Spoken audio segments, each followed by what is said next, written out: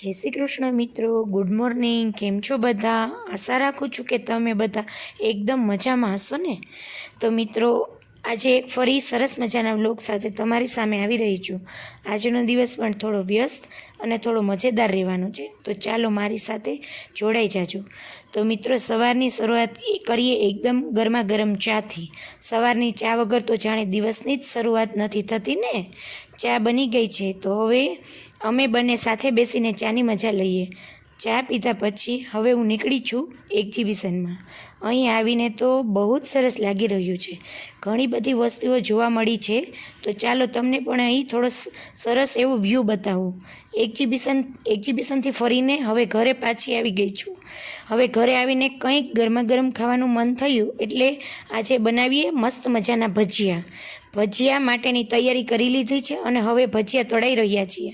વાહ, ભજીયા તો એકદમ સરસ અને ક્રિસ્પી બન્યા. હવે ભજીયા બનીને એકદમ તૈયાર છે, તો ચાલો મિત્રો હવે ગરમા ગરમ ભજીયા ખાઈએ. તો મિત્રો, આજનો મારો વ્લોગ તમારી સાથે શેર કરવાની બહુ મજા આવી. તમને આજનો વ્લોગ ગમ્યો હોય તો લાઈક કરજો અને ચેનલ પર નવા હોય તો સબસ્ક્રાઈબ કરજો. ફરી મળીશું એક નવા વ્લોગ સાથે. ત્યાં સુધી ખુશ રહેજો, મસ્ત રહેજો. જય શ્રી કૃષ્ણ મિત્રો.